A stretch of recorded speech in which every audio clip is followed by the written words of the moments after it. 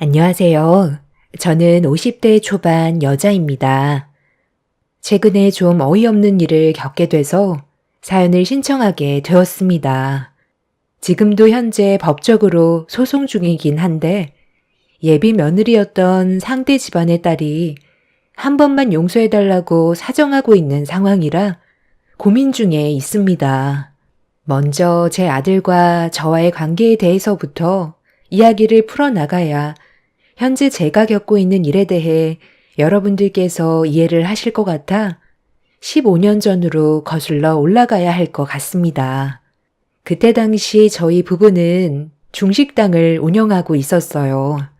남편이 주방장이었고 저는 홀과 카운터를 보고 있었습니다.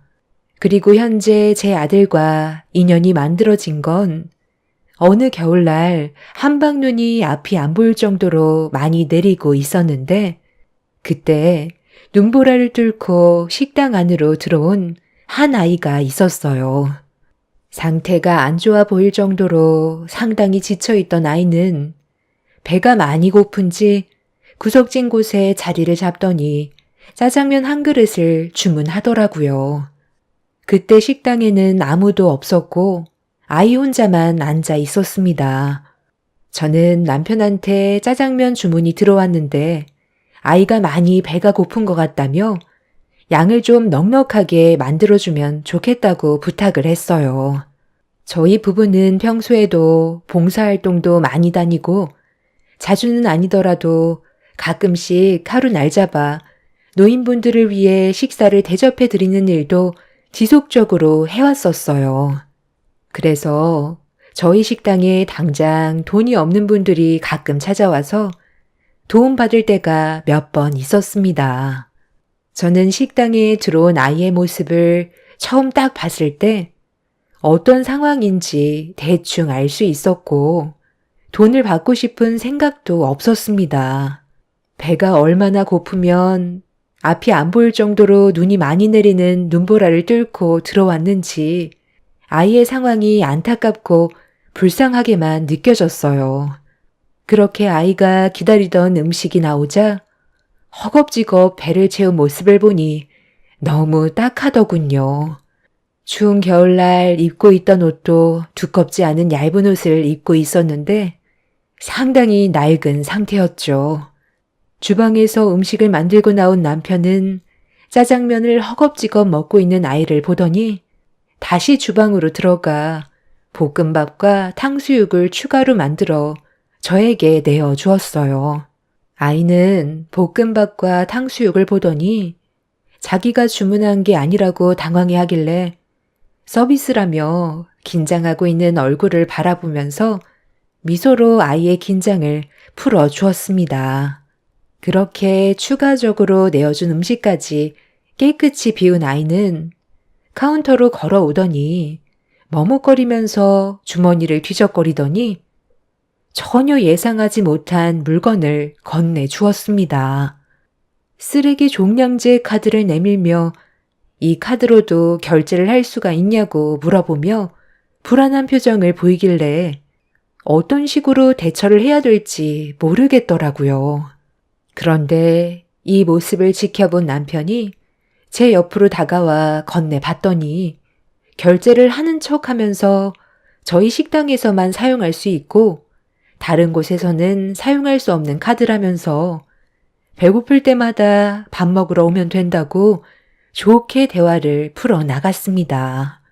그렇게 집으로 돌아간 그 아이와 저희 부부의 인연이 시작이 되었고 가끔 식당에 찾아온 아이는 매번 종량제 카드를 내밀며 짜장면을 사 먹었습니다. 저희 부부는 아이의 집안 사정을 단 한 번도 물어본 적이 없었어요. 혹시라도 저희가 아픈 곳을 건드릴 수도 있기 때문에 음식만 제공을 해 주고 있었습니다. 그런데 어느 날 저희 식당에 찾아온 한 여자가 짜장면을 먹고 있는 아이의 귀를 잡아당기면서 식당이 떠나갈 정도로 화를 내며 밖으로 끌고 가고 있었어요. 저는 너무 놀라 여자를 붙잡았어요. 누구신데 다짜고짜 이 아이한테 화를 내는 거죠?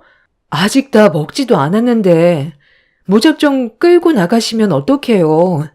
대충 봐도 친엄마는 아닌 것 같은데 이거 놓으시죠. 아니, 당신이 뭔데 참견이야. 얘 때문에 내가 얼마나 속이 썩어 들어가는지 알아?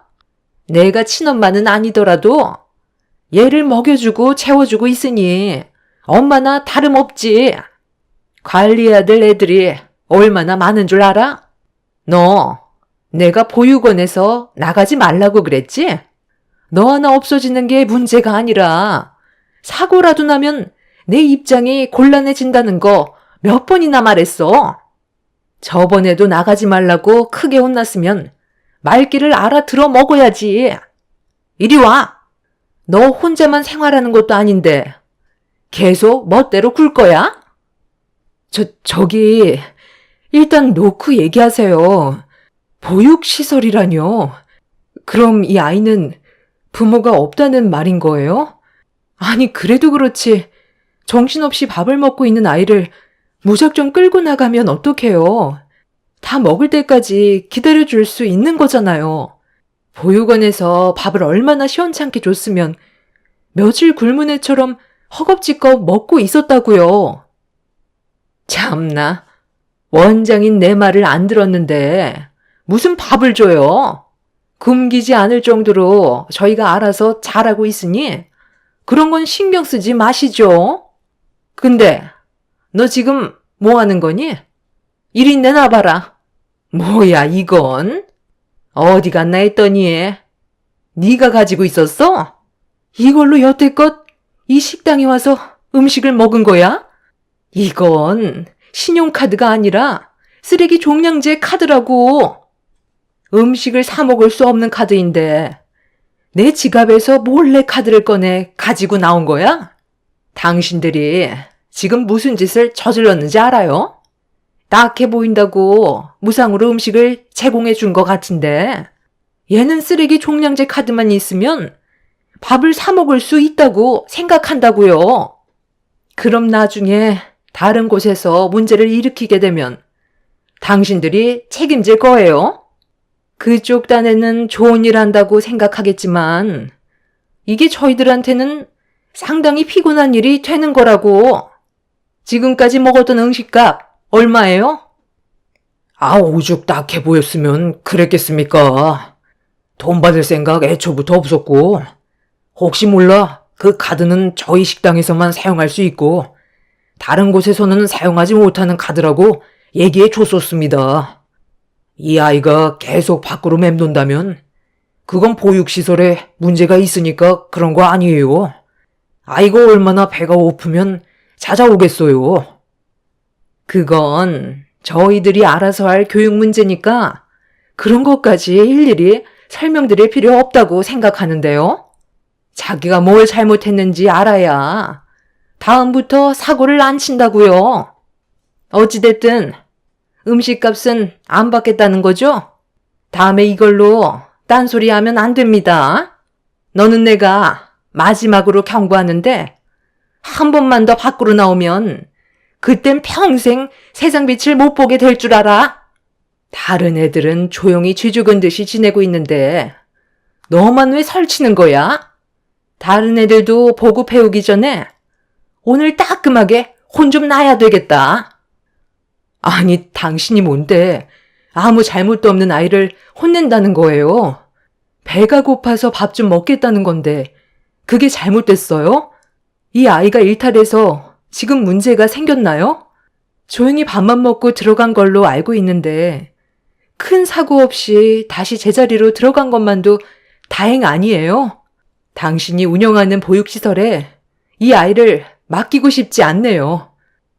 그래서 입양이라도 하겠다는 거예요? 당신 같은 사람들 내가 한두 번 겪은 줄 알아? 당신들 애 안 키워봤지?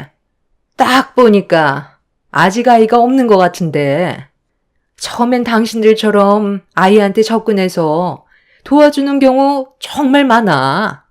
애가 딱하고 불쌍해 보이니까 마음이 아파서 입양 결정하지.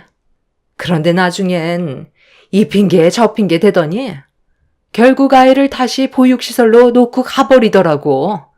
무슨 애완동물 키우다 버리는 것 마냥 상황이 안 된다고 하거나 아이랑 살아보니까 자기들과 마음이 맞지 않는다며 무슨 육아체험 경험해 보는 것처럼 아이를 데려다 키우고 몰래 놓고 간 뒤 잠적해 버리는데 내가 그걸 한두 번 겪었는지 알아? 그런 아이들한테 마음에 상처를 주느니 차라리 내 옆에 있는 게 100배, 1000배 낫다고. 당신들도 지금은 이런 상황이 안타까워 보여서 욱하는 마음에 입양한다 하겠지만 그건 이 아이한테 악영향을 줄 수도 있는 거라고. 괜한 기대가 상처로 돌아올 수 있다는 거야. 쓸데없는 얘기하지 말고 본인들 몸이나 간수 잘하세요.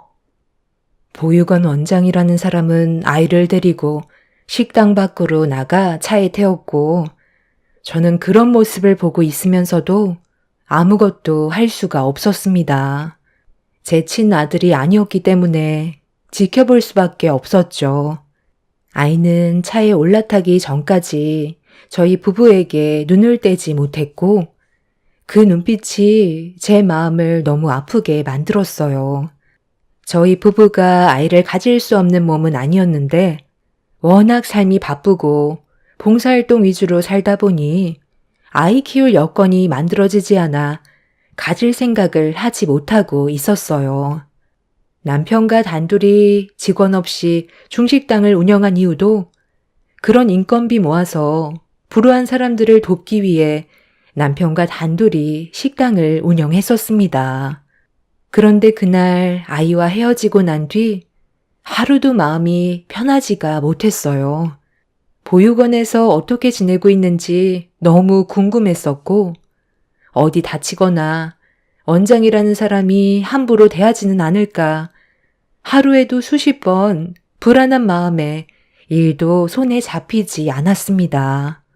남편은 그런 제 마음을 알고 있었는지 저희가 보육원에 가서 아이의 얼굴을 보고 오는 게 어떻겠냐고 먼저 대화를 이어나갔습니다.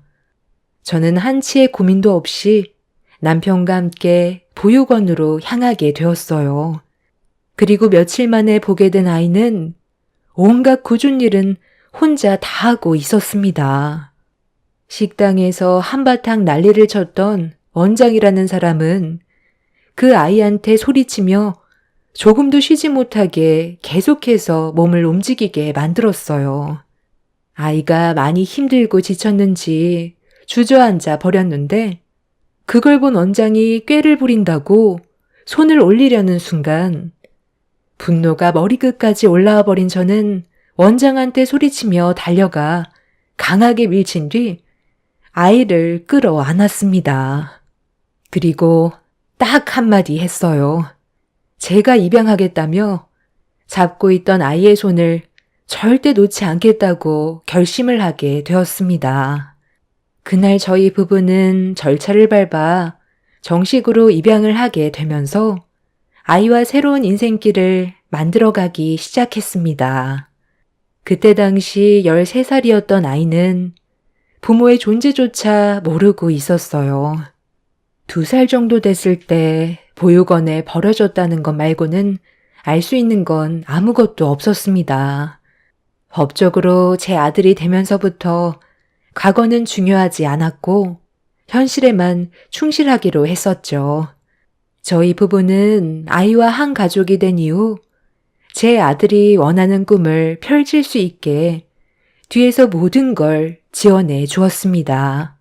살면서 당연히 웃고 울 때도 많았지만 그런 시간을 이겨내 오면서 서로 의지하다 보니 더욱더 가까워질 수 있었습니다.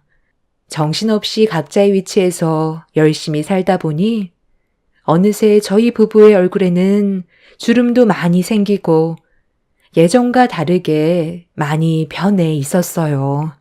그에 반해 제 아들은 아주 잘생기고 건강하게 잘 커주었죠. 무엇보다 자기가 이루고 싶은 꿈을 펼치게 된 모습을 볼 수 있어서 저희 부부 삶에 만족감은 상당히 컸었어요. 이런 행복이 앞으로 평생 이어지길 간절히 바라며 안정적인 삶을 살아가고 있는데 어느 날 아들이 결혼하고 싶은 여자가 생겼다는 놀라운 말을 꺼내 놓았습니다. 젊었을 때부터 가정을 꾸리고 싶어 했던 아들이 사랑하는 여자가 생겼는지 결혼 얘기를 꺼냈을 때 좀 놀라긴 했었지만 혼자 자립하려는 의지가 강했던 제 아들의 의견을 존중해 주는 건 당연한 거였습니다. 저희 부부는 결혼하고 싶은 여자가 누군지 얼굴 한번 보자며 식당으로 데려왔으면 좋겠다고 대화를 풀어 나갔습니다. 지금까지 함께 살면서 안 좋은 길로 빠지지 않고 바르게 자라준 제 아들이 어느덧 사랑하는 여자를 만나 결혼까지 하게 되는 모습을 보게 된다는 게 실감이 나지 않았지만 행복해하는 얼굴을 보니 모든 걸 다 얻은 느낌이었어요. 만약 제가 그때 아이를 입양하는 거에 두려움이 있어 망설였다면 제 아들의 인생은 지금보다 많이 바뀐 삶을 살고 있었겠죠. 저희 가족보다 더 부유한 집안에 입양을 갔을지도 모르겠지만 악덕했던 그때의 원장을 봤을 땐 제가 입양을 하지 않았다면 아이의 인생은 불행만 펼쳐졌을 확률이 훨씬 더 컸었겠죠. 잘한 선택이었고 남편과 지금까지 살면서 제일 잘한 일인 것 같았습니다. 아들은 일주일 뒤 주말에 결혼할 여자를 데려오겠다며 약속을 잡았어요. 그날을 위해 저희도 정신없이 준비를 하고 있었습니다. 꽤 오래돼서 낡았지만 식당 간판도 최대한 깨끗하게 닦고 함께 식사를 하게 될 공간에도 상당히 신경을 많이 쓰게 되었죠. 저희 부부가 시부모 입장에서 예비 며느리를 봐야 한다는 건 가끔 생각은 해봤었지만 막상 현실이 되고 나니 느낌이 좀 이상하더군요. 그렇게 여러 가지로 복잡한 심정을 가진 상태에서 저희 부부가 기다리던 예비 며느리를 보게 될 날이 다가오게 되었고 저녁으로 일정 계획을 잡게 된 터라 식당 문을 일찍 닫기 위해 마지막 손님을 받은 뒤 마감됐다는 팻말을 붙이려는데 식당 문을 잡은 여자가 저를 밀치며 무작정 안으로 들어왔어요. 저는 침착하게 미소를 띠며 금일은 사정 때문에 식당 문을 일찍 닫아야 된다고 설명을 드렸는데 제 말은 듣지도 않고 자리에 앉아 메뉴판을 쳐다보고 있었습니다. 저희도 옷을 갈아입고 준비를 해야 되는 상황이라 다시 한번 좋게 손님께 설명을 드렸는데도 주문을 받으라면서 짜장면과 탕수육을 시켰습니다. 어떻게 해야 될지 몰라 남편한테 물어보니 금방 만들어주겠다면서 다시 주방으로 들어간 남편은 아들과 예비 며느리가 오기 전에 서둘러 음식을 준비해서 손님께 음식을 내어드렸습니다. 그렇게 손님이 식사를 하는 동안 저희 부부는 급하게 식당 안을 정리한 뒤 아들과 예비 며느리와 함께 먹을 음식을 준비했고 옷을 갈아입으려고 남편이 먼저 들어간 사이 손님은 식사를 끝냈는지 젓가락을 내려놓으며 입을 닫고 있었습니다. 그리곤 저를 빤히 쳐다보더니 손짓을 하길래 가까이 다가가 필요한 게 있냐고 물어봤는데 그 순간 손님이 먹다 남은 짜장면을 제 얼굴에 들이부었습니다. 너무 순식간에 일어난 일이라 그대로 짜장면을 뒤집어 쓰게 되었고 충격적인 상황에 그 자리에 멍하니 서 있었어요. 아침부터 미용실에 찾아가 머리 만지고 화장까지 전부 고생해서 했는데 개념 없는 손님의 행동으로 인해 정말 중요한 날을 망쳐버리게 되었습니다. 이걸 지금 음식이라고 내민 거야? 내가 오늘 일이 바빠서 겨우 첫 끼를 먹게 된 건데 나보고 이딴 음식을 저 먹으라고? 그쪽은 만들기만 했지.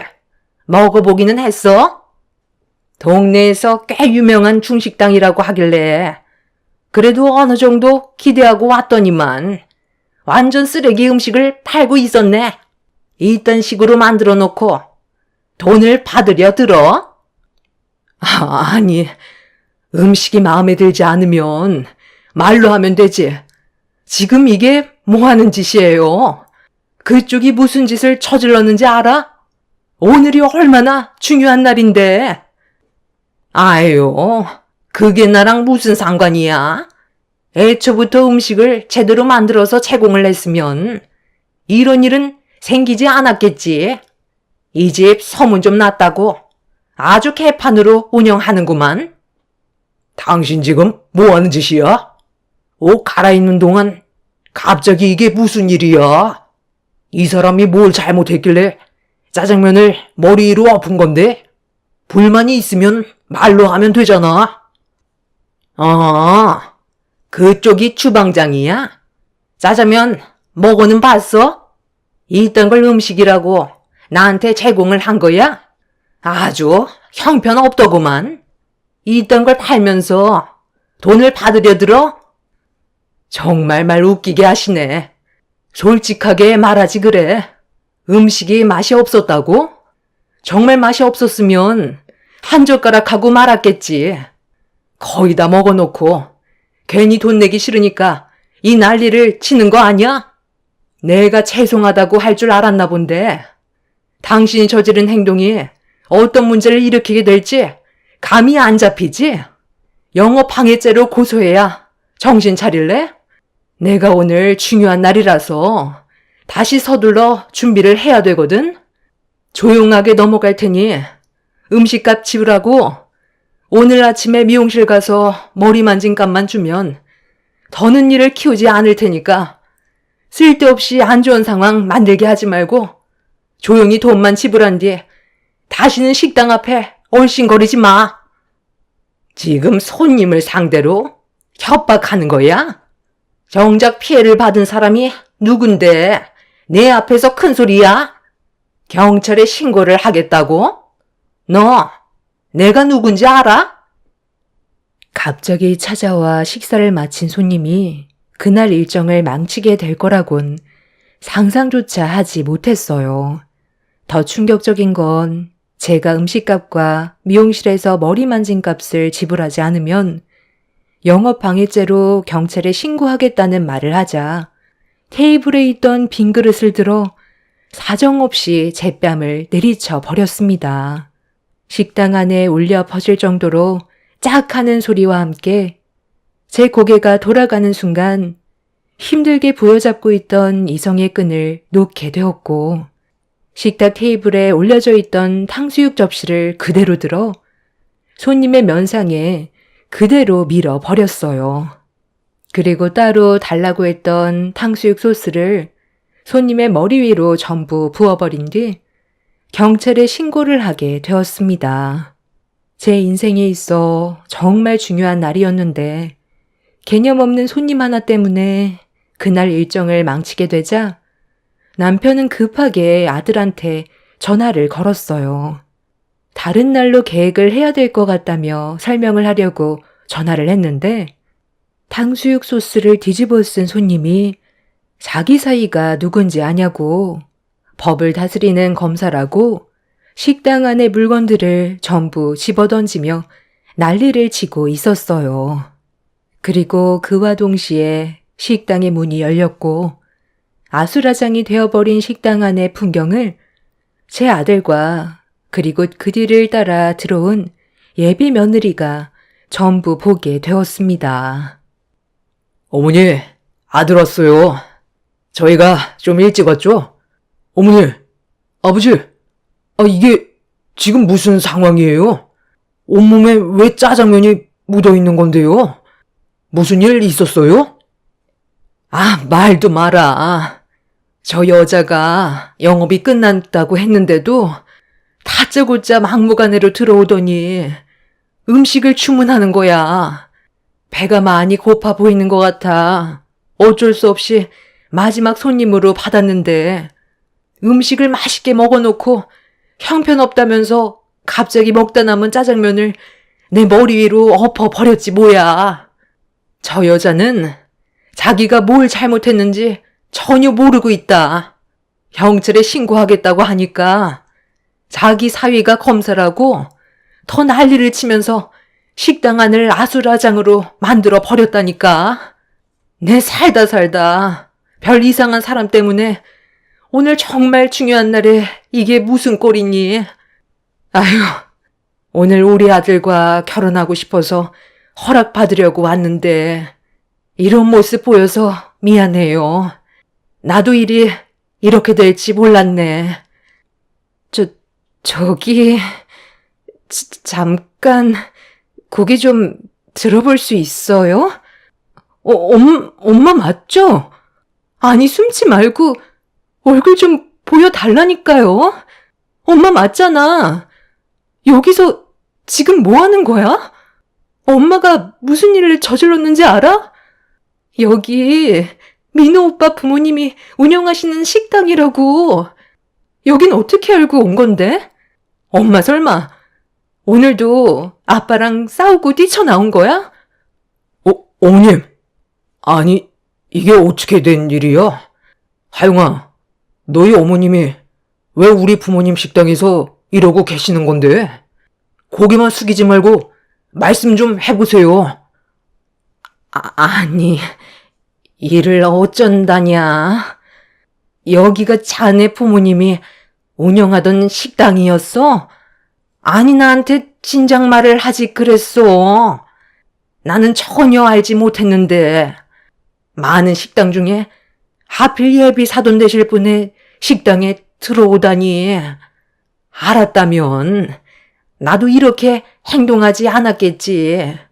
아니 글쎄, 너희 아빠가 나를 놔두고 다른 여자를 만났다가 딱 걸렸지 뭐야. 그래서 한바탕 하고 집에 들어가고 있는데 분이 안 풀리고 스트레스 받아서 눈에 보이는 식당으로 무작정 들어온 거거든. 너는 알잖아. 엄마가 극도로 스트레스 받으면 폭식하는 거. 그래서 허겁지겁 음식을 입에 밀어 넣었는데 화가 안 풀려서 나도 모르게 예비 사돈 분들인 줄도 모르고 화를 내버렸네. 아유, 정말 죄송합니다. 제가 못 알아봤어요. 집안에 안 좋은 일이 있어서 기분이 안 좋았는데 예비 사돈분들께 화를 풀어버렸네요. 이를 어쩐다니. 식당에 피해간 부분에 대해서는 제가 보상해 드리겠습니다. 그쪽 가정 문제 때문에 남의 가정에 피해를 주면 되겠어요? 그리고 방금 뭐라고 하셨죠? 그쪽 사이가 검사라고 경찰에 신고해봤자 소용없다고요? 제 아들이 검사인 걸 이용해서 믿고 더 난리를 쳤다는 거잖아요. 그럼 제 아들이 안 볼 때 뒤에서 이것보다 더 난리를 쳤겠네요. 민호야, 미안하지만 이 결혼은 엄마가 반대를 해야 될 것 같다. 누구보다 너를 위해서 결정을 내린 거니 서운해하지 말고 좋게 받아들여줬으면 좋겠어. 저런 집안에 네가 사이로 들어가는 건 엄마 눈에 흙이 들어와도 반대할 거니까 나중에 더 좋은 집안 만나는 게 좋을 것 같다. 그쪽한테는 미안하지만 이 결혼은 힘들 것 같네요.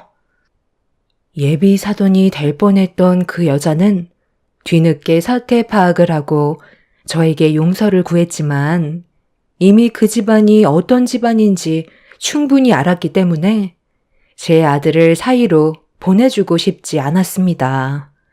예비 며느리로 인사왔던 여자는 자기 엄마 때문에 자기 인생을 망쳤다면서 가족들과 연을 끊고 제 아들과 단둘이 살고 싶다며 저에게 애원했지만 받아주지 않았습니다. 아들도 이런 상황들에 너무 큰 충격을 받았는지 둘의 관계에 대해 다시 진지하게 생각해 봐야 할 것 같다면서 다른 건 다 참아도 자기를 이 자리까지 오게 만들어준 부모님의 마음에 상처를 준 사람은 절대 용서할 수 없다며 식당에서 난동을 부린 여자에게 고소 진행을 했어요. 제 아들이 검사인 걸 알고 있던 여자는 손이 발이 되도록 빌었지만 이미 제 아들의 분노를 막을 사람은 아무도 없었습니다. 저 또한 마음의 상처를 너무 크게 받았던 터라 선처를 해주고 싶은 마음은 없었죠. 그런데 예비 며느리로 인사왔던 그 집안의 딸이 하루도 빠짐없이 식당에 찾아와 용서를 구하고 있어요. 못난 자기 부모를 한 번만 용서해달라며 시키는 건 뭐든 다 하겠다고 매일 찾아오고 있는 중입니다. 이런 모습을 뒤에서 지켜보고 있던 제 아들의 마음에 큰 상처로 다가오게 될 것 같아 조심스럽게 물어봤어요. 진심으로 뉘우치는 것 같은데 용서해주고 합의로 끝내는 게 어떻겠냐고 대화를 시도했었습니다. 하지만 아들은 단호하게 결정을 내렸고 그 여자에 대한 선처는 없었습니다. 이번에 용서를 해준다면 나중에 또 똑같은 일을 저지를 게 뻔하다고 잘못된 행동을 저질렀을 때 그에 따른 대가가 얼마나 큰지 알아야 된다면서 고소를 취하하지 않았어요. 그렇게 지금 현재 그 사람을 상대로 법적 소송 중에 있습니다. 그 여자는 자기가 손님이고 거기에 더해 사이로 들어오게 될 사람이 검사라는 이유로 상대방을 낮잡아 보면서 함부로 대한 건 확실하게 문제가 있다고 생각합니다. 과거에 제 아들이 보육원에서 지냈을 때도 똑같은 상황이었죠. 원장이라는 사람인 자기의 위치가 제 아들보다 높다고 함부로 대했던 그런 행동들이 제 아들한테는 상처였고 그런 사이가 보기 싫어 검사를 선택했던 것 같아요. 그리고 아들은 저희 가족을 지키기 위해 검사의 길을 걷게 되었고 지금은 누구도 아들을 함부로 대하지 못하고 있습니다. 저와 시작된 인연이 기막힌 대역전극이 되었고 현재는 멋진 검사로 활동 중에 있습니다. 사람은 어떤 길을 걷냐에 따라 자신의 삶이 달라질 수 있다는 걸 저는 제 아들을 통해 지켜봤습니다. 자신의 노력이 미래에 어떤 행복을 가져오게 될지 그건 본인의 선택에 달려있죠. 여러분들께서도 목표하신 그 목적을 성취하기 위해 앞만 보며 달려가실 텐데요. 제 사연을 들어주신 분들께서 소원하시는 일이 전부 이루어지시길 응원하겠습니다. 감사합니다. 안녕하세요. 저는 이혼 1년차 2살 된 아들 하나 키우고 있는 30대 초반 여자입니다. 얼마 전에 저희 엄마 건강검진 때문에 잠깐 대학병원에 다녀온 적이 있었는데요. 그때 별로 보고 싶진 않았지만 저를 버린 사람이 어떤 모습으로 지내고 있는지 두 눈으로 다시 한번 확인해 보려고 잠깐 병실문 앞에서 그 사람의 모습을 보게 되었습니다. 1년의 시간이 지났는데도 그때나 지금이나 달라진 건 아무것도 없더라고요. 여전히 사지마비로 천장만 바라본 채 눈만 멀뚱히 뜬 상태로 누워만 있었습니다. 그때 한순간의 선택이 저희 둘의 인생을 뒤바꿔 놓았습니다. 작년에 아이를 가졌을 때 저와 남편의 결혼을 반대했었던 시모가 갑자기 태도를 바꾼 적이 있었어요. 며느리 취급도 않던 시모가 갑자기 임신을 했다는 말에 먼저 찾아오셨죠. 그런데 문제는 남편과 저와의 사이는 이미 시모 때문에 상당히 안 좋은 관계로 흘러가게 되었고 이미 이혼 얘기까지 오고 가게 되었습니다. 남편한테 정신적으로 문제가 있는 건지 매번 오락가락 했었어요. 언제는 잘해줬다가 또 언제는 제 뱃속에 있는 아이가 본인 아이가 아니라면서 자기는 아이를 원한 적이 없었는데 임신했다고 매일같이 화를 냈었습니다. 처음부터 시모가 저희 부부 사이를 좋게 봐주셨다면 이런 문제까지 오진 않았을 텐데 뒤에서 남편한테 오해를 만드는 말들을 계속해서 주입시키는 바람에 어떠한 행동을 해도 남편 입장에서는 모든 게 의심스럽게 느껴졌었나 봐요. 나중엔 외출하는 게 두려워질 정도로 저 또한 상당한 스트레스를 받게 되었죠. 이런 상황 속에 임신했다는 소식을 듣고 한 걸음에 달려온 시모가 저는 반갑지 않았어요. 대화조차 섞고 싶지 않았지만 시모라는 이유 하나 때문에 서로 얼굴을 마주할 수밖에 없었습니다. 시모는 제 배를 빤히 바라보더니 어이없는 말을 했고 그 한마디에 화가 난 저는 그간 쌓였던 불만들을 터뜨리게 되었습니다. 방금 뭐라고 하셨어요? 뱃속에 있는 아이가 그 사람의 아이가 아니라 밖에서 딴 놈과 놀아나서 생긴 아이라고요? 아니 지금 그걸 말이라고 하세요? 네가 하도 다른 남자들과 붙어 노니까 혹시 몰라 물어본 건데 왜 이렇게 열을 올리니? 보통 이런 말 했을 때 흥분하지 않고 침착하게 대응해야 되는 게 맞는 건데 네가 지금 보인 태도가 나를 더 의심하게 만든다니까. 말로는 그 아이가 내 아들의 친자라곤 하지만 그건 나중에 확인을 해보면 알겠지.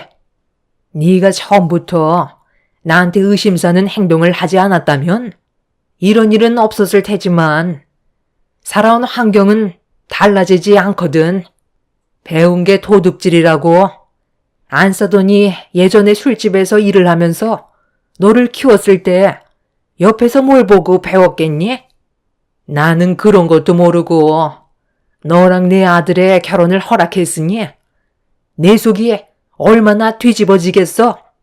당장이라도 머리채 잡아 내쫓아 버리고 싶지만 뱃속에 있는 아이가 내 손자일 수도 있어서 잠깐 기다리고 있는 거니까 어느 정도 시간 지나면 유전자 검사부터 하도록 해라. 뭐라고요? 그러니까 뱃속에 있는 아이가 다른 남자의 자식일까봐 유전자 검사를 하겠다고요? 저희 엄마가 저 어렸을 적 아버지랑 이혼하고 저 먹여 살리기 위해 숙식 제공을 해준다는 말에 잠깐 들어가 일했던 과거의 일들 때문에 이러시는 거 정말 불쾌하네요. 그리고 저희 엄마 술집에 있었을 때 주방에서 음식 만들고 술집 마감할 때 청소하는 일만 했었다고요. 제가 전부 다 지켜봤었고 어머님이 생각하시는 그런 건 절대 없었어요. 잘 알지도 못하면서 왜 함부로 생각하고 판단하세요? 그거야. 나는 못 봤으니까 네 말을 100% 신용할 수는 없지. 중요한 건 술집에서 일을 했다는 거잖아. 뒷조사하면 과거 이력까지 다 알아낼 수 있는 게 요즘 세상이야. 그리고 내 아들도 너를 의심하고 있다는 건 네가 그동안 보인 행실이 잘못됐다는 건데 그동안 어떻게 처신하고 다녔길래 저러는 거니? 이게 다 어머님이 그 사람을 변하게 만든 거잖아요. 저는 아무것도 안 하고 가만히 있었는데 그이한테 제가 바람 피우고 있다는 것처럼 계속 주입시키지 않았어요? 시모는 처음부터 저를 마음에 들어하지 않았지만 남편이 저를 진심으로 사랑하고 있다며 밀어붙이는 바람에 시부의 허락을 받고 결혼을 할 수가 있었습니다.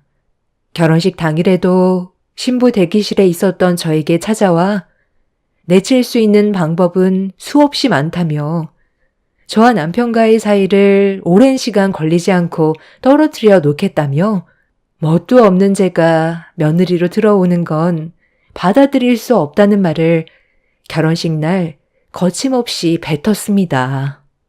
그날 저는 남편 하나 바라보고 눈물의 결혼식을 올리게 되었는데 시모는 저희 집안의 치부를 캐내서 남편한테 계속 주입을 시켰어요.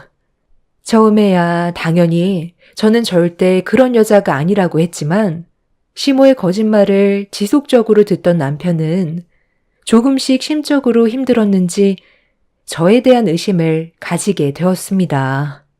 그러다 어느 날 전혀 예상하지 못했던 사건 하나가 터지게 되었죠.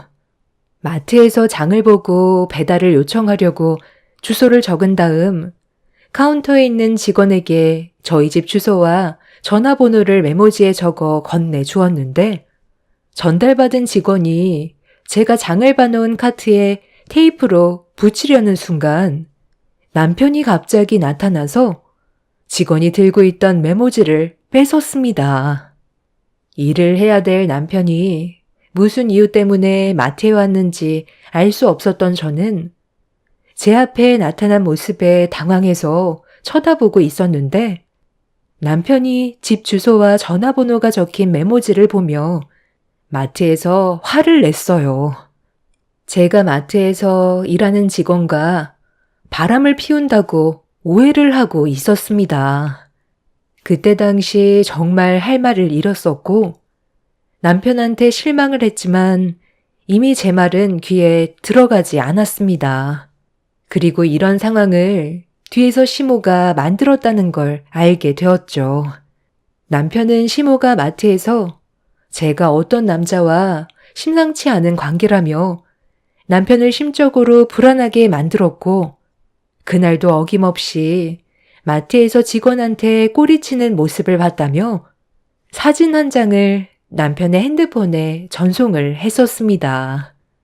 저에게 사진을 보여줬는데 장면을 봤을 땐 누구나 의심할 수 있는 그런 모습도 아니었고 딱 봐도 물어보는 상황인데 시모는 바람 피우는 장면이라고 상상을 하게끔 추가적인 설명으로 남편을 힘들게 했어요. 시모가 억지로 만들어낸 상황들이 남편도 처음엔 믿지 않고 무시했었지만 계속되는 시모의 주입이 남편을 안 좋은 방향 쪽으로 상상하게 만들었는지 결국 의처증이라는 정신적인 병을 만들었습니다. 바로 잡으려 했지만 그게 말처럼 쉽지 않았어요. 그러다 보니 저는 집에서 외출을 하게 되는 날은 거의 없었고 남편한테 저는 가벼운 여자가 아니라는 모습을 보여주기 위해 정말 많이 노력을 했었습니다. 남편은 저에게 잘해줬다가 어느 날 갑자기 돌변해서 바람 피우는 거 아니냐고 무서울 정도로 화를 내면서 저까지 정신적으로 너무 지치게 만들었어요. 시모가 다녀간 이후 제가 임신을 했다는 걸 알고 있는 남편은 처음엔 뱃속에 있는 아이가 자기 아이라고 좋아했다가 또 한편으로는 불안해하면서 혼자서 상당히 혼란스러워 했어요. 그 모습을 지켜보는 저 또한 너무 마음이 안 좋았었죠. 시모의 뱀 같은 혀 때문에 남편이 정신질환자가 되어가고 있는데도 멈추지 않는 시모는 저와 이혼을 하게 만들 생각만 가지고 끊임없이 남편을 힘들게 만들고 있었습니다. 뱃속에 있는 아이가 남편의 아이라 해도 바뀌는 건 없을 것 같아 보였어요. 아이만 데려가고 저를 내치려는 계획을 가지고 있다는 걸 시모의 태도를 보면 알 수 있었습니다. 이런 안 좋은 상황 속에 바뀌지 않는 남편은 시모가 다녀간 이후 힘들어하는 저에게 퇴근하자마자 또다시 이상한 말을 늘어놓았어요. 뱃속의 아이는 남편의 아이인데도 증오스러운 눈빛을 보내고 있었습니다. 이제 그만 좀 할 수 없어? 당신이 원하는 게 이혼이면 당장이라도 그렇게 해줄 수 있어. 차라리 이렇게 살 바엔 서로 속 편하게 사는 게 나을 것 같아. 언제까지 이럴 건데? 당신만 병 들어가고 있는 거 아니야. 나도 하루를 버티기 힘들 정도로 스트레스를 정말 많이 받고 있다고. 이게 사는 거야? 지방 곳곳에 사각지대가 없을 정도로 CCTV를 설치해서 나를 감시하고 있잖아. 당신이 나를 집 밖으로 데리고 나가주기 전까진 한 발자국도 못 나가게 만들어놨으면 이제 그만 믿어주면 안 되는 거야? 내가 도대체 어떻게 해야 믿을 수 있겠어? 회사에 다니는 거 다른 남자와 눈 맞을까봐 불안해서 안 되겠다고 퇴사까지 강요해놓고 밖에 돌아다니는 것도 불안하다고 집에만 있으라더니 이젠 CCTV까지 전부 다 설치해서 숨도 못 쉬게 감시하고 있는데 도대체 뭘 얼마나 보여줘야 믿을 건데 내가 왜 이렇게 살아야 하는지 모르겠어. 당신 아이가 뱃속에서 자라고 있는데 뭘 잘못했다고 이런 대우를 받아야 하는지 정말 모르겠다고. 차라리 그만 이혼하자. 당신 어머님이 그걸 원하고 있다는 거 잘 알고 있잖아. 우리가 이혼하지 않으면 뒤에서 지속적으로 당신을 괴롭힐 거야. 앞으로 더 심하면 심했지 좋아질 수는 없을 거라고. 뱃속에 있는 아이가 당신 아이라고 유전자 검사를 해도 내 생각엔 달라지는 건 없을 거야. 이미 당신은 정신적으로 병들어 버렸고 나 또한 너무 큰 상처들로 인해 우리가 좋은 관계가 될 수 있는 시기는 이미 놓친 것 같아. 그래서 처음에 멀리 이사 가자고 했었는데 당신이 가족들과 떨어지는 걸 원하지 않아서 우리가 지금 이렇게 된 거 아니야? 앞으로 어떻게 할 거야? 계속 이런 식으로 사는 걸 원하는 거야? 당신 요즘에 나한테 하는 행동들을 보면 조만간 손까지 올릴 것 같아 너무 불안해. 다시 한번 말하지만 부부관계는 서로에 대한 신뢰가 중요해. 믿음이 있어야 된다는 거야. 당신이 나를 믿지 못한다면 우리는 이제 그만 갈라서는 게 좋겠어. 평생을 함께할 동반자인 나를 믿지 못하는데 앞으로 우리가 어떻게 살아갈 수 있겠어? 이제 그만 당신도 결정해줘. 내가 왜 너랑 이혼을 해야 되는 건데? 그동안 너 때문에 고통을 받아온 시간이 얼마인데 그냥 너를 보내주고 끝내라는 말이 나와? 딴 남자랑 이미 살 곳까지 정해놨냐? 이렇게 급하게 정리하려는 거 보니까 다른 남자 생긴 게 확실한가 보네. 뱃속에 있는 그 남자의 아이한테 문제가 생길까봐 불안하냐? 남편의 말을 듣자마자 저도 모르게 얼굴에 손을 올려 버렸어요. 너무 큰 상처를 받아서 그런지 제 눈에서 결국 눈물이 흘러내렸습니다. 뺨을 맞게 된 남편은 집안의 물건을 전부 집어 던지기 시작했어요. 그 모습을 보면서 저는 서로가 살기 위해 차라리 이혼을 하는 게 맞는다고 확신이 들었어요. 아이를 지키기 위해서 당연히 해야 될 행동이었습니다. 그래서 그날 이후 이혼 서류를 준비했고 시모가 바라는 방향대로 움직이기로 결정을 하게 되었죠. 처음엔 서로가 진심으로 사랑을 하고 있다면 행복해질 수 있을 거라 생각했었어요. 하지만 날이 가면 갈수록 시모가 뒤에서 주입시키는 거짓말에 믿지 않았던 남편이 어느새 자신도 모르게 의심을 하기 시작했고 혼자만의 상상으로 저를 이상한 사람으로 만든 이런 부분들이 나중엔 돌이킬 수 없는 결과를 가져오게 만들까봐 각자 갈 길 가는 게 앞날을 위해서도 맞는다고 판단되었습니다.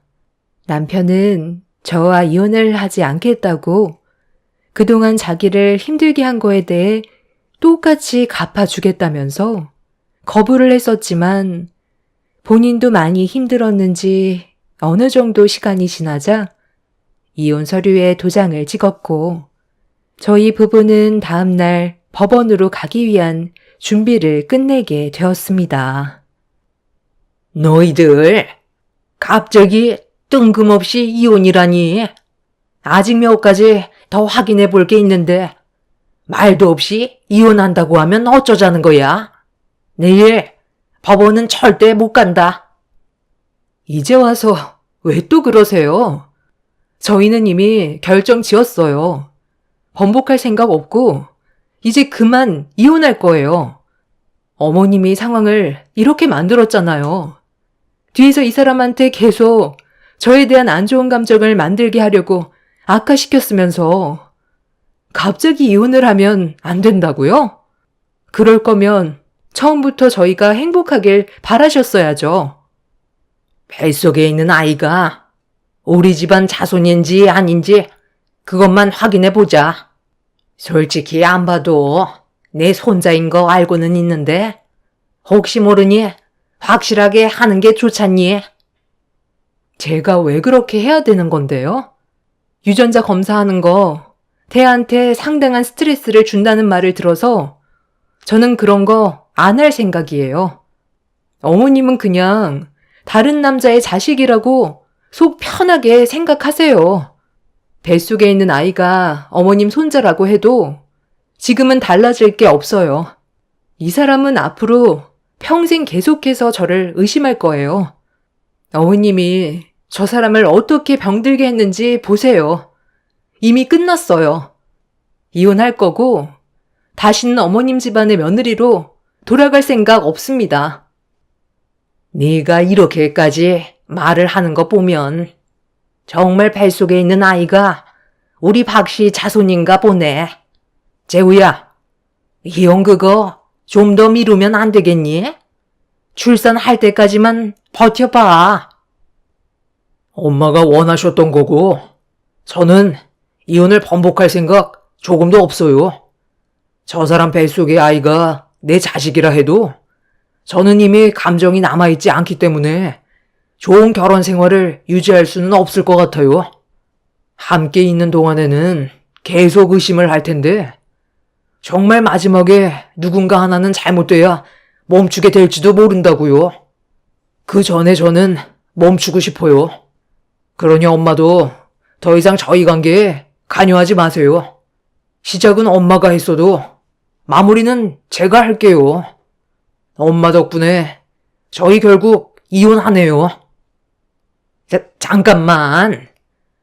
왜 이렇게 성급하니? 서로가 다시 좋은 감정으로 만들어갈 수 있는 충분한 시간이 있는데 너무 극단적으로 생각하는 거 아니야? 너 엄마 말 안 들을 거니?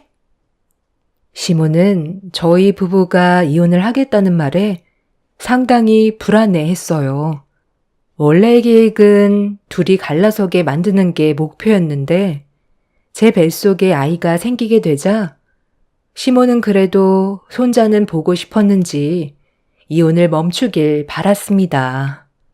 본인이 원하던 걸 이루게 해주겠다는데 갑자기 반대를 하니 그 모습에 저는 더 화가 나더라고요. 시몬은 저를 붙잡기 위해 이번엔 반대로 남편을 설득했지만 이미 서로가 받은 상처와 오해가 너무 컸었기 때문에 저희의 마음은 돌이킬 수 없었습니다. 결국 다음날 저희는 이혼을 결정했고 법원에 서류를 제출까지 하게 되었죠. 합의 이혼인 만큼 서로의 의견을 최대한 존중해서 좋게 마무리를 지었고 남편과 함께한 시간이 얼마 되지는 않았지만 그래도 함께한 공간에 남아있던 물건들을 정리하기 위해 집으로 들어갔는데 시모가 이미 들어와 있었습니다. 이미 다 끝났어요. 이 사람과 지금 이혼 서류 제출하고 오는 길이에요. 어머님이 원하시는 대로 이혼했으니 이제 제발 그만 좀 하세요. 집만 챙겨 나갈 거예요. 왜 이렇게 성급해? 뱃속에 있는 손자 얼굴도 한번 못 보고 너를 이대로 보낼 수는 없다. 네가 내 마음에 들진 않았지만 그땐 뱃속에 아이가 없었을 때고 지금은 상황이 많이 다르잖니. 오늘 서류 제출했어도 뱃속의 아이 때문에 3개월 유예 기간이 있으니까 그때까지는 충분한 시간이 있잖아. 그러니까 한 번만 더 생각해 줬으면 좋겠구나. 재우 너는 끝까지 엄마 말 안 들을 거야? 저번에 솔직하게 전부 털어놨었잖아. 며느리로서 받아주기 싫어서 이혼하게 만들려고 엄마가 전부 다 거짓된 말로 꾸며낸 거라고 몇 번이나 얘기했는데 계속 이럴 거냐고.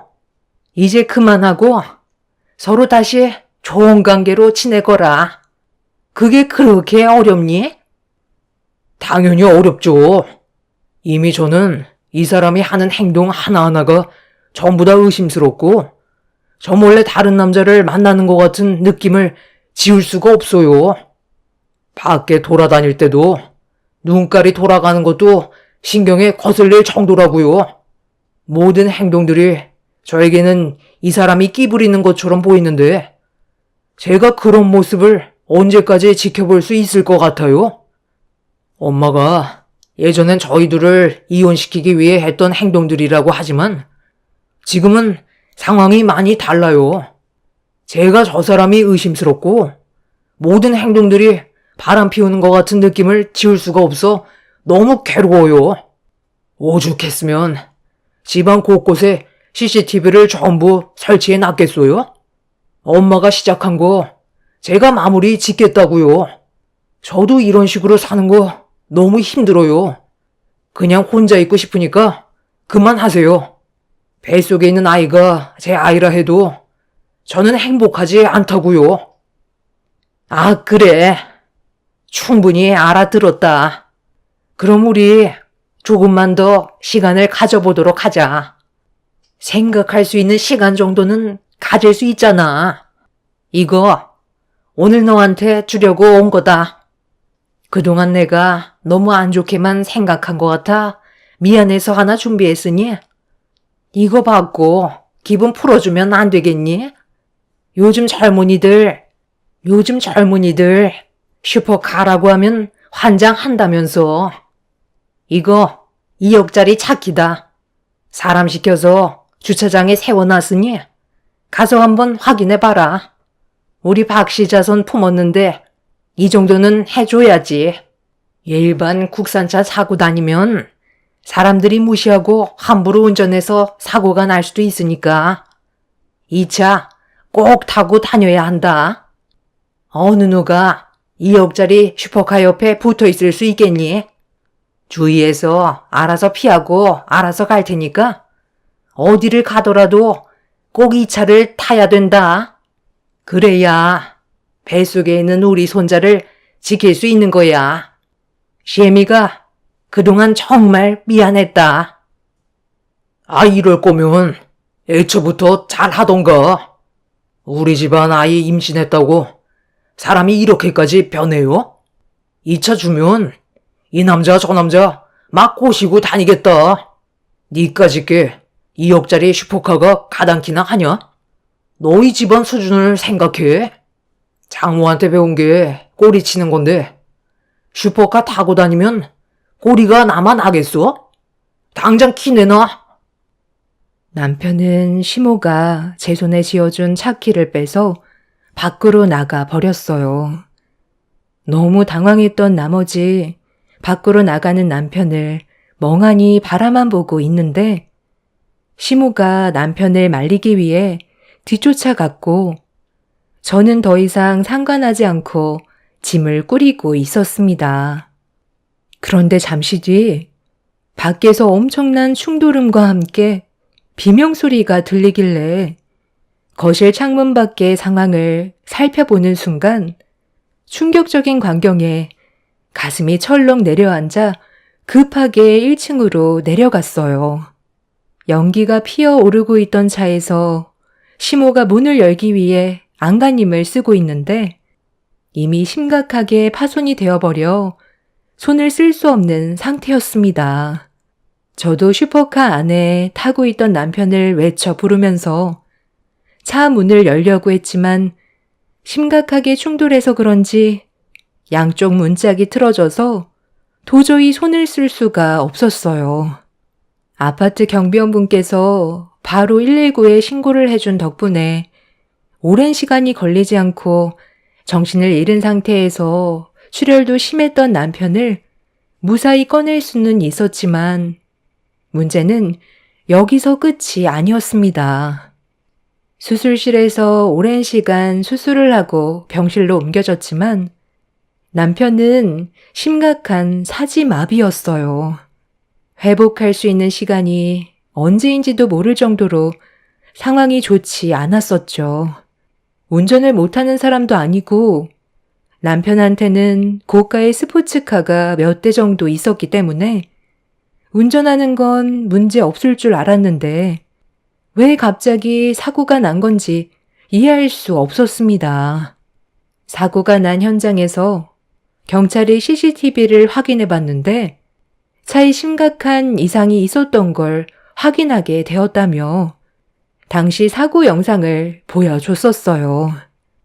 아파트 입구에서 천천히 밖으로 나가던 남편의 차가 갑자기 급출발을 하더니 엄청난 속도로 아파트 벽과 충돌을 하게 된 거였습니다.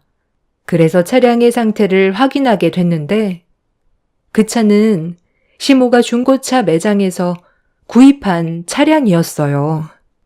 문제는 정비가 제대로 이루어지지 않았던 침수 차량이었고 물에 잠겨 있게 되면서 전자계기판에 문제가 생겨 갑자기 오작동을 일으키게 된 거였어요. 그 말을 듣는데 제 등에서 식은땀이 흘러내리고 있었습니다. 이 사실은 시모도 전혀 모르고 있었다며 출고된 지 얼마 안 된 상태에서 차주의 변심으로 처분하게 된 차량이라는 것만 알고 있었다면서 상당한 충격을 받았는지 그 자리에 주저앉아 버렸어요. 경찰분들은 제대로 수리가 되지 않았던 침수 차량을 판매한 중고차 매장을 조사하게 되었습니다.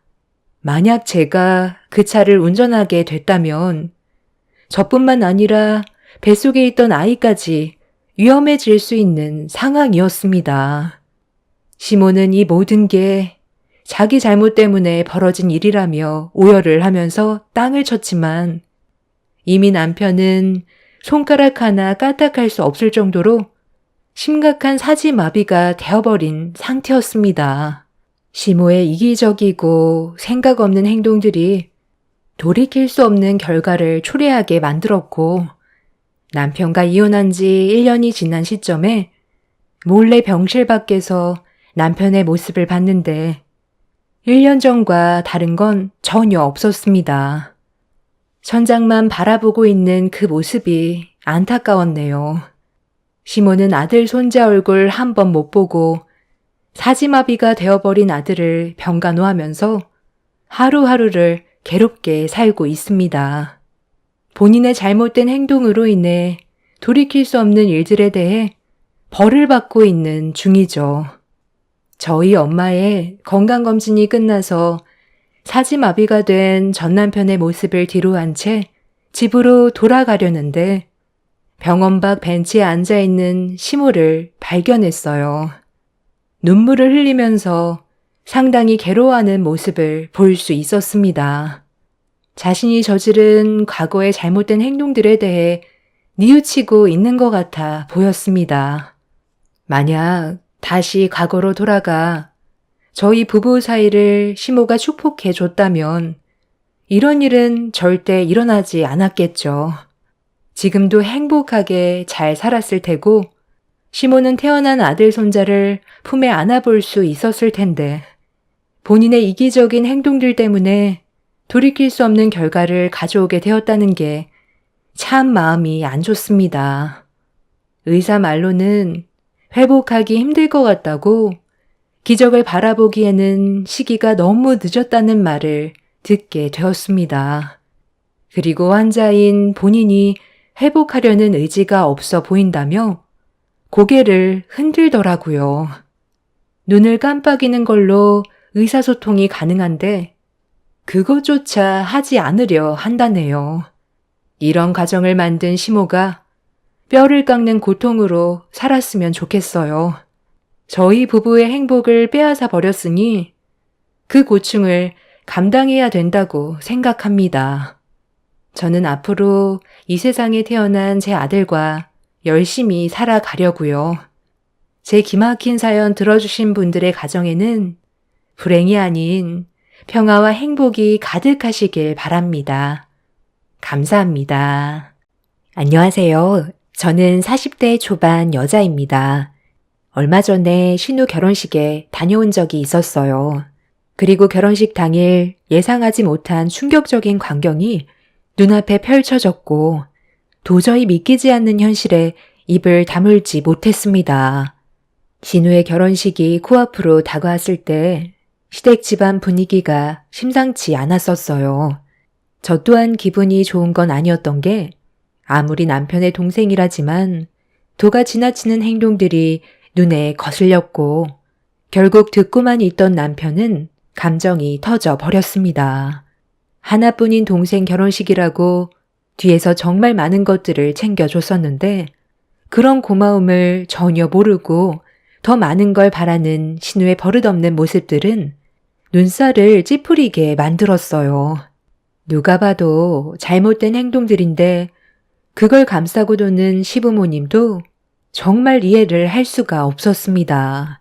가족이라고 최대한 좋게 넘어가려 했던 남편이 얼마나 많이 참아왔는지 저도 옆에서 전부 지켜보고 있었기 때문에 화내고 있는 걸 말리지 않았습니다. 집안 분위기는 순식간에 안 좋아졌지만 할 말을 해야 되는 건 당연한 거였어요.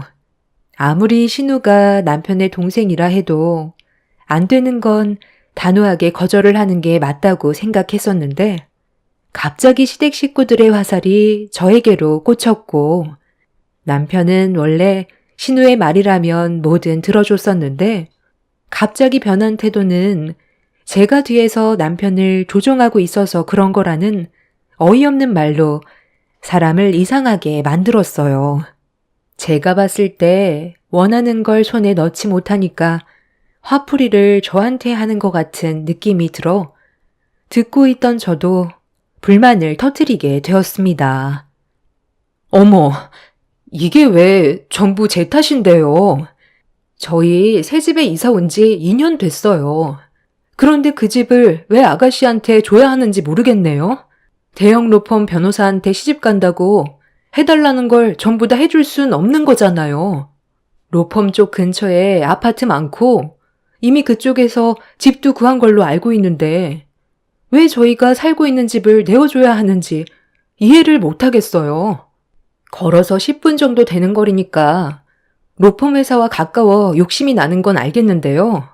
저희는 이미 자리를 잡았고 이 사람 또한 회사가 근처에 있어서 신중하게 결정한 끝에 이사를 했는데 저희 보고 나가달라는 건 말이 안 되잖아요. 고집 부려서 되는 게 있고 안 되는 게 있는 거죠. 새언니, 오빠가 대단한 회사에 다니는 것도 아니잖아요.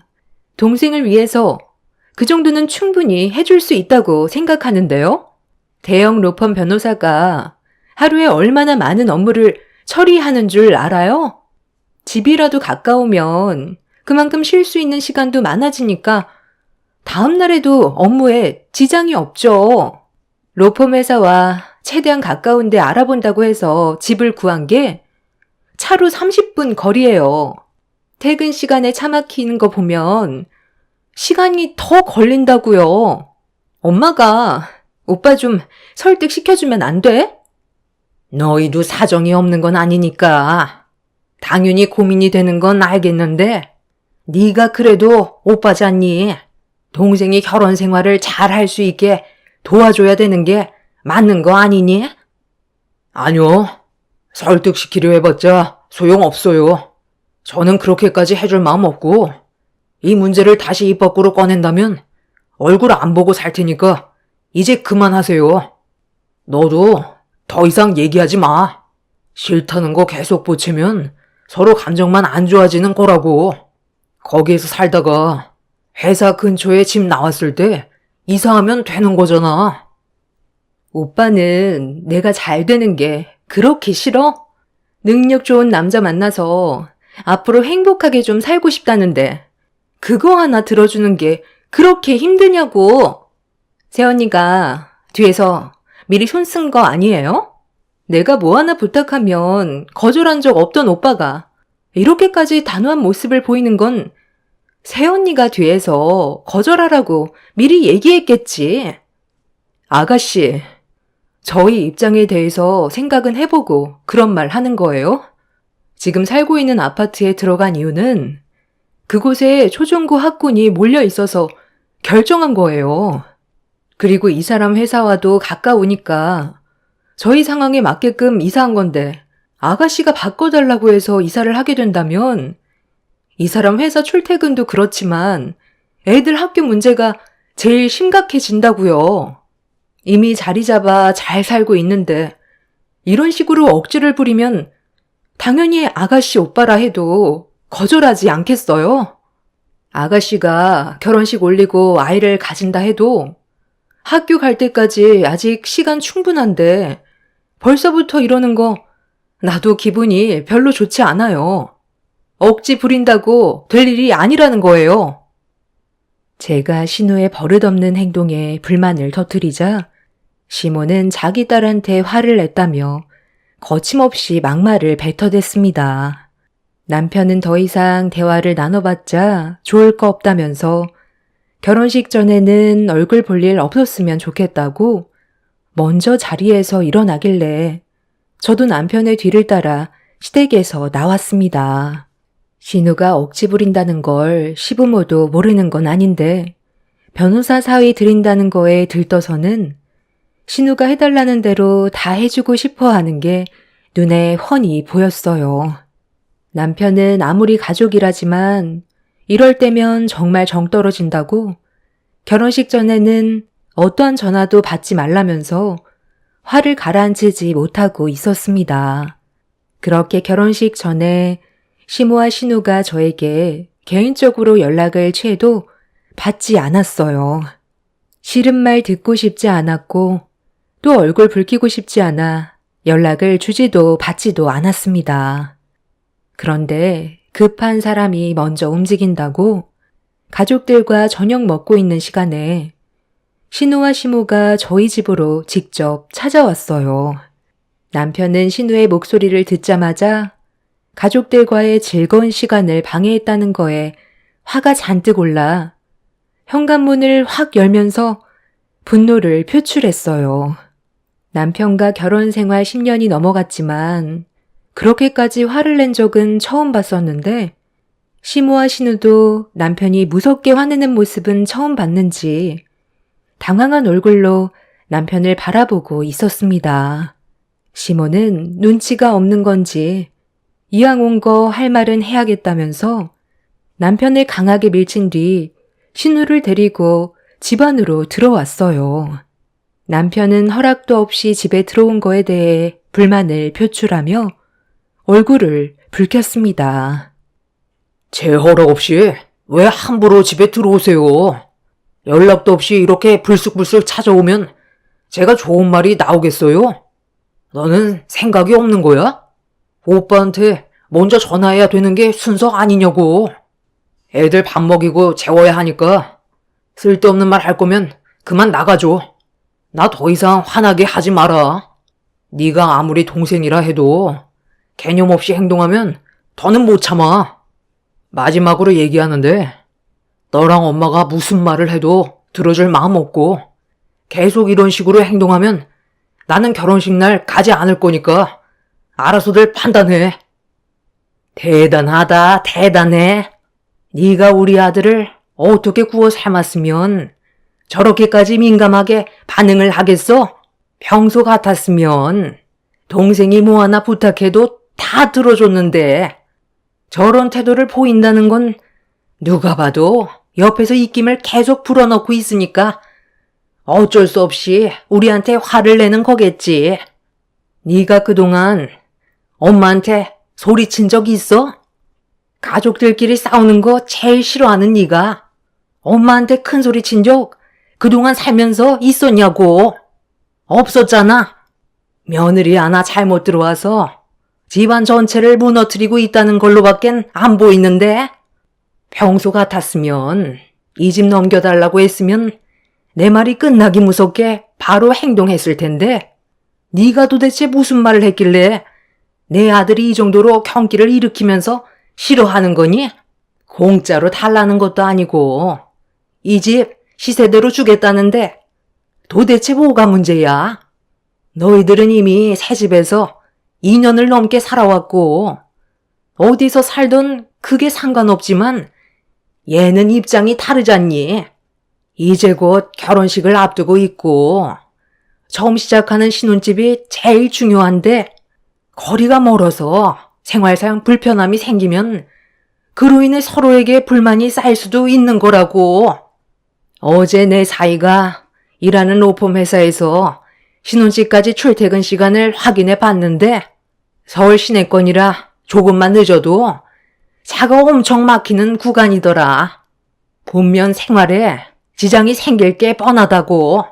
다른 사람도 아니고 동생이 결혼한다는데 앞으로 잘 살아갈 수 있게 도와주면 얼마나 좋아?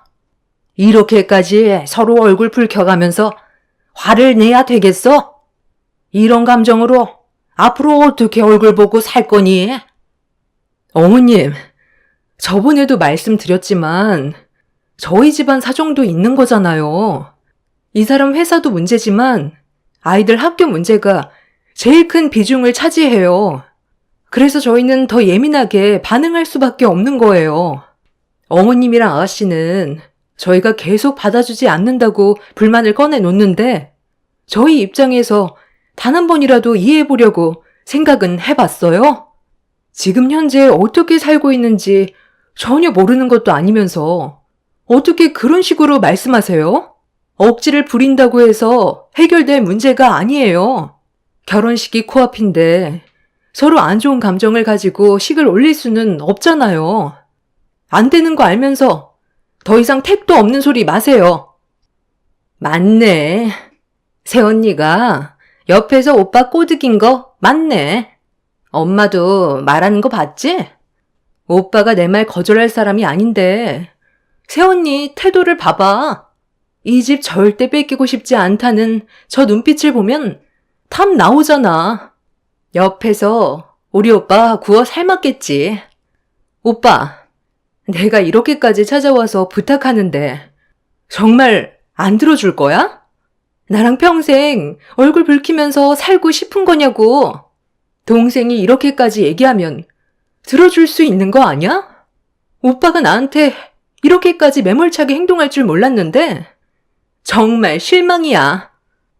남편은 신우의 억지를 받아주지 않았어요. 그동안 신우가 남편한테 부탁을 했을 때는 어느 정도 해결해 줄 수 있는 문제들이었지만 이번에 요구했던 건 도저히 들어줄 수 없는 부탁이었습니다. 그래서 남편도 단호하게 행동할 수밖에 없었고 조금도 들어주려 하지 않자 신우와 시모는 그런 남편에게 많은 실망을 한 듯 보였습니다. 그리고 이런 상황들로 인해 생긴 분노는 저에게 전부 돌아왔어요. 제가 한마디로 나쁜 여자가 되어버린 거였죠. 옆에서 남편을 설득하지 않았다는 게 제일 큰 문제였고 별거 없는 집안 며느리로 받아들여줬는데 눈치껏 행동하지 않았다는 게 두 번째 문제였어요. 시모와 신우가 이 정도로 얘기했으면 가족의 평화를 위해서 이사를 하겠다는 말을 해야 되는 건데 오히려 저도 남편 옆에 서서 반대를 했다는 거에 시모는 화를 가라앉히지 못했습니다. 없는 집안 내 아들과 결혼 허락해줬으면 감사하게 생각하고 내가 하는 말에 무조건 따라야지. 네가 감히 내 앞에서 불만을 꺼내? 시애미가 좋게 얘기하니까 만만하게 보는 거지? 네가 중간 역할을 제대로 하지 못했던 거 후회하게 만들 거니까 각오하는 게 좋을 거야. 내가 얘기했지? 눈치껏 행동하라고. 앞으로 네가 우리 집안 며느리로 살게 된 걸 후회하게 만들어주마. 여기까지 힘들게 걸음했으면 문제가 심각하다는 걸 인지하고 똑바로 처신을 해야지. 무조건 안 된다는 말만 한다고 해결되는 줄 알아? 네가 한 행동에 대해 나는 기억하고 있을 거고 그 뜻에서 용서 구해봤자 소용없다는 거 똑똑히 기억해라. 두 모녀는 저에게 엄청난 불만을 가지고 있었어요. 그때 당시 저를 노려보고 있었던 그 눈빛을 잊을 수가 없었어요. 시모가 자리에서 일어나면서 했던 말들은 분명 제가 앞으로 안 좋은 일들을 겪게 될 거라는 경고의 말을 해주는 거였지만 남편이 옆에서 지켜줄 거라는 걸 믿고 있었기 때문에 크게 두려운 건 없었습니다. 결국 그날 이후 서로는 결혼식 전날까지 연락을 주고받지 않았어요. 기분이 안 좋은 상태에서 남편과 함께 예식장을 가게 되었는데 잠시 뒤 식장에서 상상조차 하지 못했던 충격적인 일들이 펼쳐졌어요. 저희 부부는 집에 혼자 계신 엄마를 모시고 결혼식장에 참석했어요. 남편과 결혼하기 전에 아빠가 사고로 돌아가신 이후 지금까지 엄마 혼자 지내셨기 때문에 예식장을 같이 가게 되었던 건데 식장에 들어오는 모습을 지켜본 시모가 저희 엄마를 안 좋은 시선으로 노려보고 있었습니다. 엄마는 시모가 왜 안 좋은 눈빛으로 바라보고 있는지 전혀 모르고 있었기 때문에 인사도 안 받아주는 시모의 행동에 당황스러워했지만 그래도 침착하게 웃음을 잃지 않으셨어요. 그런데 엄마가 부조를 내려고 가방에서 봉투를 꺼내 건네줬는데 그 순간 엄마의 부조를 중간에서 가로챘어요. 이리 줘봐라. 뭐야? 사돈, 지금 이걸 부조라고 낸 건 아니죠? 아니, 돈이 좀 모자라는 것 같은데. 혹시 잘못 넣었나 해서 얘기해 드리는 거예요. 기본 100 아니에요? 왜 80만 원만 들어가 있는 거죠? 그냥 평범한 결혼식도 아니고 내 딸이 대형 로펌 변호사와 결혼을 하는데 이것 가지고 누구 코에 붙이겠어요? 앞으로 돈 들어갈 곳이 얼마나 많은데 이왕 쓰는 거 100만 원 맞추면 얼마나 좋아요? 결혼식 시작부터 기분 잡치게 하려는 건지 정말 너무하시네. 네가 이런 건 미리 말을 해줘야 되는 거 아니니? 미리 사돈이 얼마를 부조할 건지 확인을 하고 모자란 부분에 대해서는 네가 채워 넣어야 되는 거 아니야? 이러니 내가 너를 마음에 들어하지 않는 거다. 그때도 눈치 없이 행동하더니 지금도 하는 짓 보면 앞으로 시집살이가 순탄치만은 않겠다. 부조도 적은데 옆에서 몸으로라도 제대로 때워. 일가 친척들 오시면 상냥하게 인사 잘 드리고 인사 다 끝나면 얼굴 마주하고 싶지 않으니까 눈에 띄지 않게 저쪽 구석에 박혀 있어라. 쓸데없이 나대지 말고 내가 부를 때까지 꼼짝도 하지 말거라. 누구 닮았나 했더니 사돈을 똑 빼닮았네요. 오늘만큼은 조용히 넘어갈 줄 알았는데 방금 뭐라고 했어요? 그 봉투 이리 내놓으세요. 장모님, 부조할 필요 없으니까 저로 넣어두세요. 부조는 사람 마음인 거고 상황에 맞게 하는 건데 엄마가 생각하는 기준대로 부조하지 않았다고 많은 사람들이 보는 앞에서 이렇게 행동하는 거 진짜 기분 나쁘네요. 너 지금 뭐 하는 거야? 부조 들어온 걸 다시 가져가면 어쩌자는 거야? 나는 그냥 20만 원 그거 얼마 되지도 않는 건데 깔끔하게 100만 원 맞춰주면 기분 좋으니까 그렇게 얘기해서 좀 더 달라고 했던 건데 그게 잘못된 건 아니잖아. 이게 남 결혼식도 아니고 우리 집안 막내딸의 결혼이잖아. 너 정말 끝까지 엄마 실망시킬 거야? 동생 결혼식이라고 이런 식으로 가족한테 상처 주는 행동 더는 못 참겠어요. 솔직히 별로 오고 싶지도 않았었는데 그래도 서로 얼굴 붉히고 싶지 않았고 한 번뿐인 동생 결혼식 축하는 해줘야 할 것 같아 어렵게 온 자리인데 장모님 앞에서 부조봉투 빼서 얼마인지 확인해보는 엄마가 너무 창피해요. 장모님이 지금 말을 안 하고 있지만 기분이 어떨지 엄마는 전혀 생각 못 하시죠? 이 돈 다시 돌려드릴 거고 부조는 하지 않을 겁니다. 장모님, 저희는 저쪽으로 가시죠. 시모는 돌발 행동에 저도 정말 많이 놀랐던 게 저희 엄마가 축의금으로 내민 봉투를 옆에서 가로채더니 80만 원만 냈다고 많은 사람들 앞에서 불만을 털어놓는 모습이 충격을 가져다 주었습니다. 예의에서 한참 벗어난 시모의 행동은 남편에게도 엄청난 충격으로 다가왔는지 저희 엄마의 부조금을 다시 빼서 들었어요. 저희 부부는 신우 결혼식 전날까지 갈지 말지 정말 많이 고민했었는데 참석하지 않는 것보단 얼굴이라도 비춰야 뒷말이 안 나올 것 같아 어렵게 자리에 참석했던 건데 저희 엄마한테 상처를 주게 될 거라곤 전혀 예상하지 못해서 많이 당황스러웠어요. 시모는 저와 엄마를 노려보면서 얼굴을 붉히고 있었지만 많은 사람들이 몰려오는 바람에 저희 쪽으로는 다가오지도 못했습니다. 남편은 구석진 자리에 앉아 화를 가라앉히고 있었어요. 엄마는 남편한테 가지고 있던 돈이 현금으로 80만 원밖에 없어서 급하게 나오는 바람에 챙기지 못했는데 100만 원 채울 걸 그랬다고 좀 전에 상황들이 전부 엄마 탓인 것 마냥 가슴 아파하셨습니다. 남편은 그런 엄마의 말에 시모는 100만 원을 맞춰줬어도 더 큰 돈을 받았을 거라면서 일부러 저러는 것 같다며 시모와 어떤 문제로 서로의 감정이 안 좋았었는지 전부 다 설명을 해드렸어요. 그제서야 엄마도 돌아가는 상황을 대충 알게 되었고 결혼식은 예정대로 문제없이 진행이 되었습니다. 그렇게 식이 끝난 뒤 저는 엄마를 모시고 식장을 나가려는데 남편이 저와 엄마를 불러 피로 현장으로 향했어요.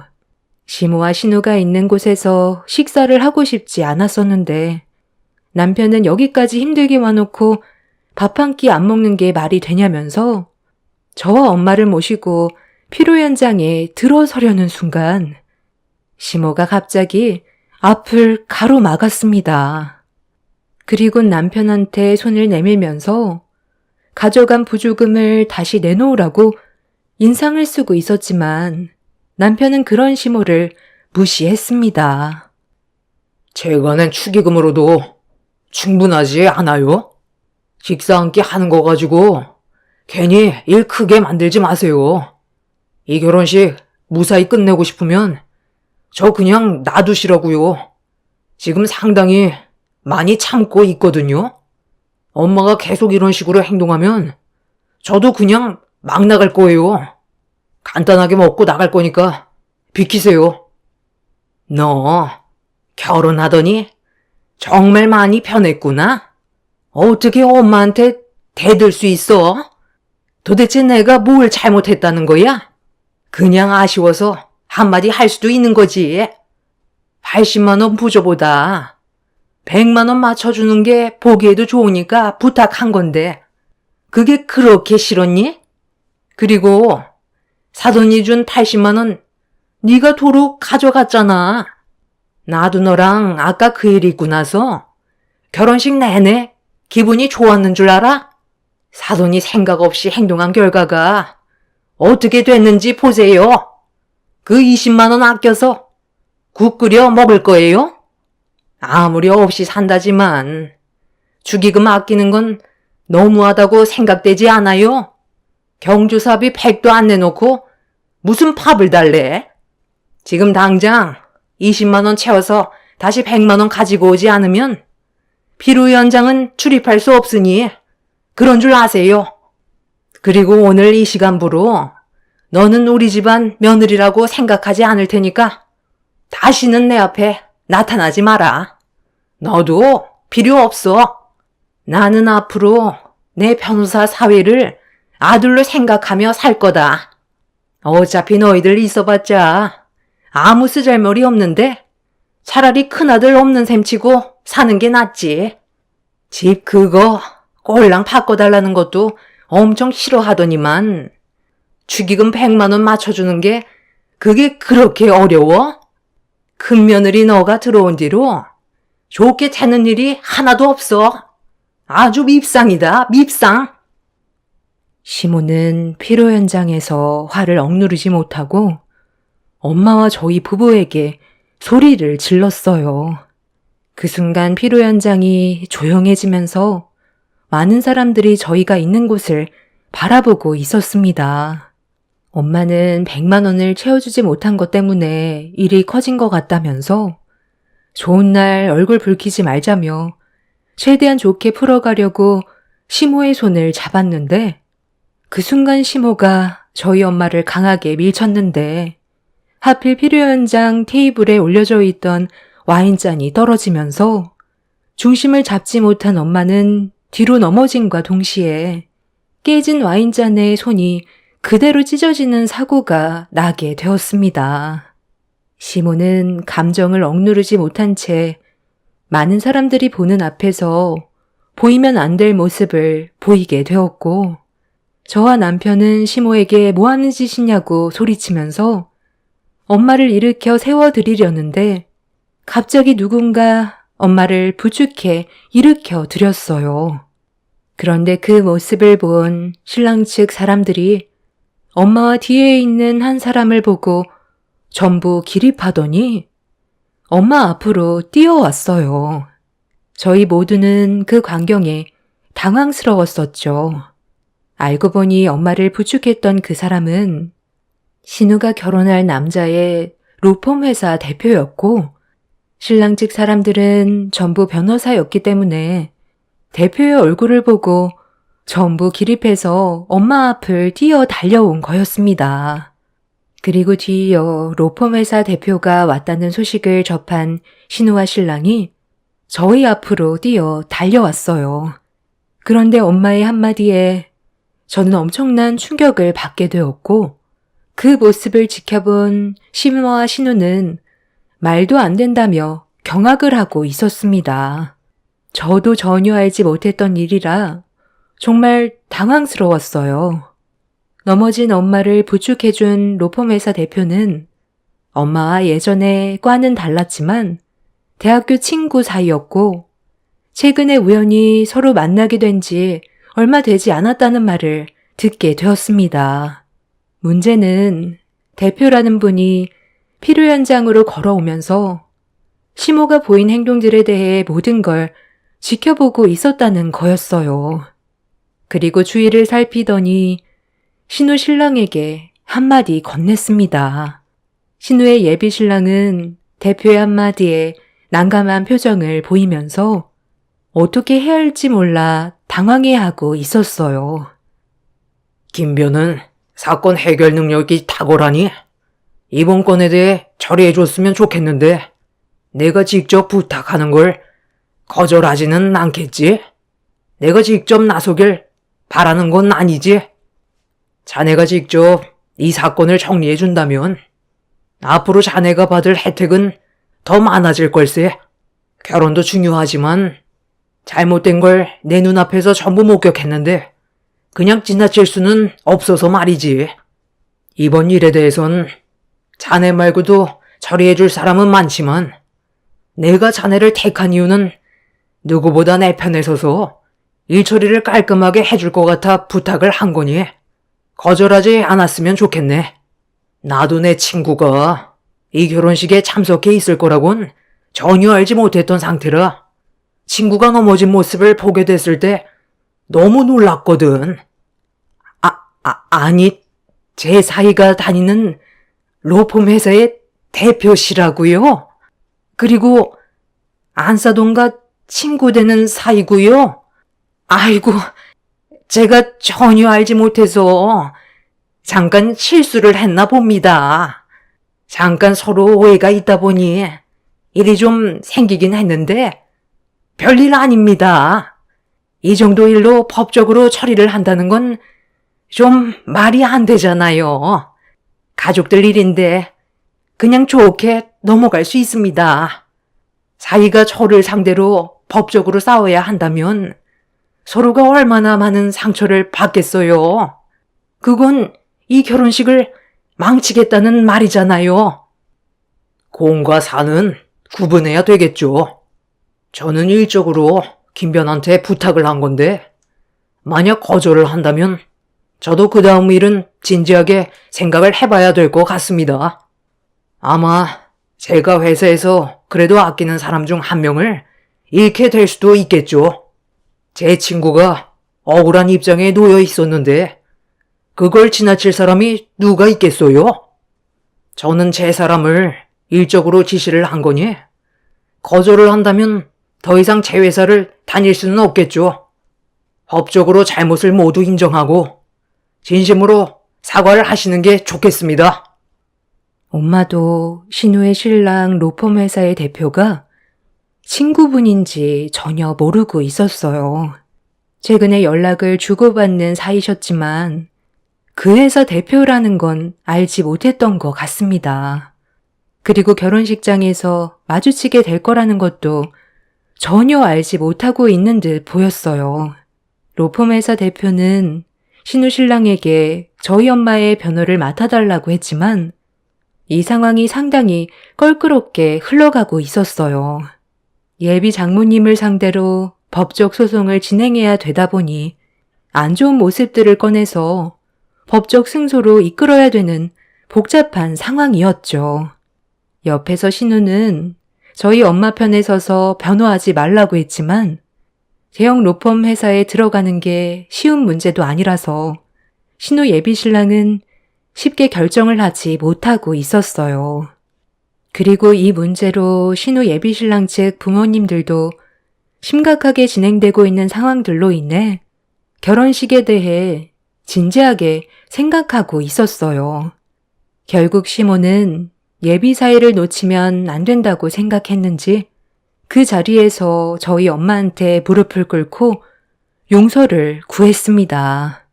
하지만 이미 서로가 받은 상처가 너무 컸고 이 모습을 신우 예비 신랑 식구들이 전부 다 보게 된 터라 파혼 얘기가 오고 가게 되었네요. 그날 이후 저희 엄마는 로펌 회사의 대표분께 양해를 구해 다른 변호사를 소개받아 시모를 상대로 소송 준비를 하고 있는 중입니다.